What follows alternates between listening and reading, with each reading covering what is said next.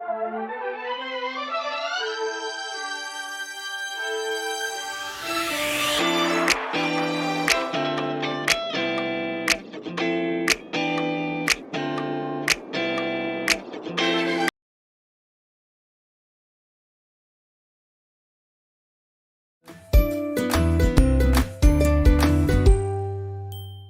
dan Bapak Guru Hebat.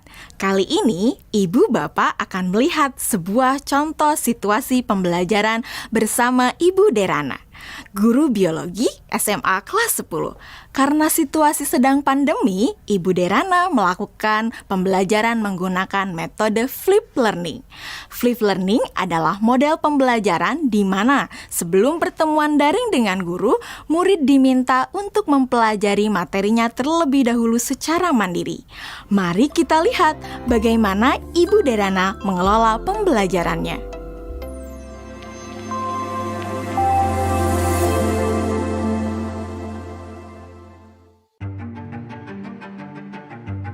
Sebelum mengajar, beberapa hari sebelumnya, Ibu Derana tentu melakukan persiapan terlebih dahulu.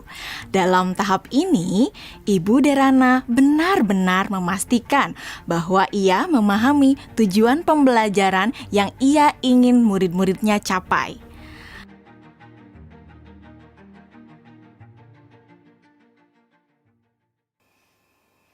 Kemudian, Ibu Derana mempersiapkan bahan dan sumber belajar yang berusaha ia sesuaikan dengan kebutuhan belajar murid-muridnya.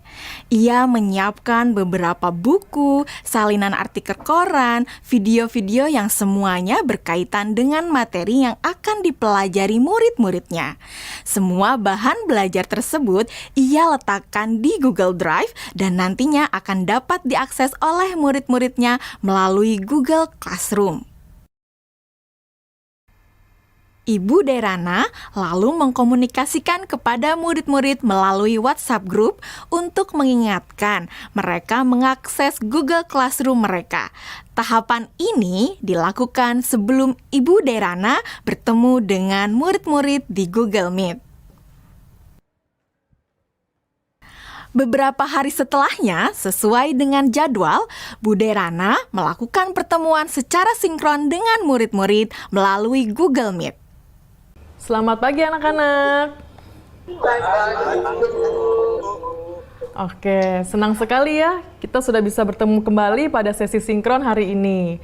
Sebelumnya, Ibu mau terima kasih ya sama kalian karena kalian sudah belajar secara mandiri dari rumah melalui materi yang Ibu masukkan di Google Classroom. Nah, kalian sudah mempelajari semua yang ada di Google Classroom? Sudah. Oke.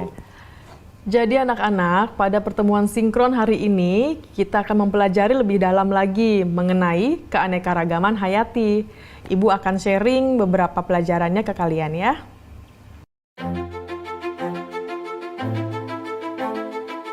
Nah, anak-anak, sekarang Ibu ada pertanyaan. Jawab pertanyaan dari Ibu ini ya.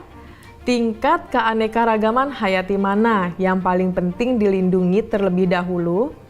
Mengapa demikian? Keanekaragaman hayati karena ada sumber daya alam tersebut sudah dipastikan lebih terjamin, Bu. Kesehatannya juga fungsinya juga sumber daya alam hayati ini juga lebih sering digunakan dibandingkan dengan sumber daya alam non hayati karena lebih terjamin. Seperti itu, Bu, jawaban dari saya.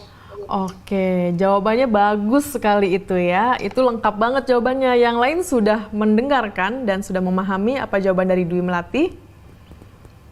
Sudah, Bu. Oke, sekarang kita lanjut ke pertanyaan selanjutnya ya anak-anak ya. Kapan terancamnya keanekaragaman hayati ekosistem dapat mengancam keanekaragaman hayati spesies dan genetis? Dan kenapa jawabannya seperti itu? Kalian bisa menjawab pertanyaannya melalui kolom chat ya. Selama sesi sinkron, Ibu Derana memberikan pertanyaan-pertanyaan lainnya yang dapat memperkaya materi dan pemahaman murid akan konsep. Cuaca ekstrim. Oke, sekarang Di akhir pembelajaran, Ibu Derana memberikan murid tantangan untuk menganalisis ancaman pada satu lokasi di wilayah Indonesia yang membawa dampak negatif bagi 3 tingkatan keanekaragaman hayati. Berikut rekomendasi penanganannya. Yusuf, silakan. Tugasnya dibuat dalam bentuk apa, Bu? Apakah boleh dalam bentuk infografis? Oke, ada lagi yang mau ditanyakan? Yang lain ada yang mau bertanya? Saya, Bu. Nadia. Oke, silakan pertanyaannya apa, Nadia? Apakah boleh dalam bentuk poster juga, Bu? Kalian boleh memilih bagaimana cara kalian menunjukkan pemahaman kalian. Bisa melalui video, poster, tulisan, dan sebagainya. Ya, Bu, izin bertanya. Ya, Lokasinya yang dipilih gimana ya, Bu? Apakah ada ketentuan-ketentuan khusus? oke. Ada lagi yang mau bertanya? Ibu simpan dulu pertanyaannya ya. Bu, saya mau tanya, apakah untuk mengerjakan tugas ini kita harus datang ke lokasi tersebut, Bu? Oke, untuk lokasinya tidak perlu datang langsung ke lokasi tujuan ya. Jadi kalian bisa mencari langsung itu melalui online.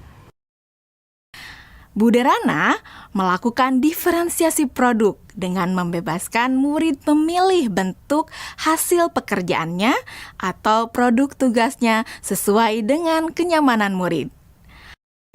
Anak-anak, tadi Ibu sudah sampaikan ya bahwa hasil pekerjaan kalian dapat dibuat dalam berbagai bentuk produk.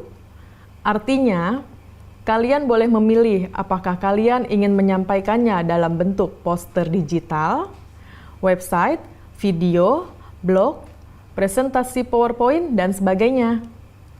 Nah, sekarang silahkan kalian sesuaikan dengan minat dan kenyamanan masing-masing.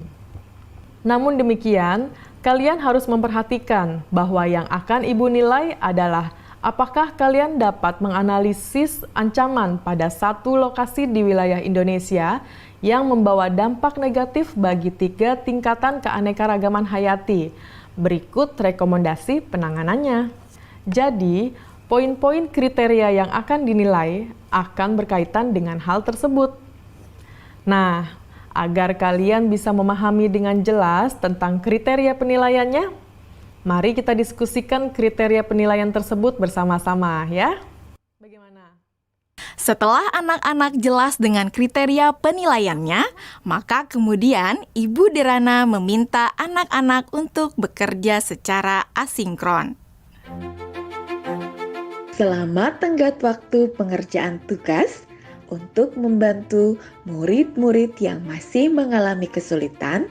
Ibu Derana menyediakan slot-slot waktu tertentu untuk berdiskusi secara individual maupun secara kelompok kecil.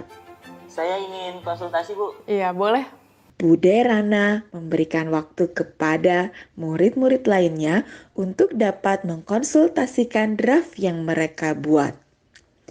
Ibu Derana juga memastikan untuk memberikan umpan balik terhadap pekerjaan yang dibuat oleh murid-muridnya. Ibu dan Bapak Guru Hebat, demikian video singkat salah satu contoh penerapan pembelajaran berdiferensiasi. Tetap semangat, Ibu dan Bapak Guru Hebat.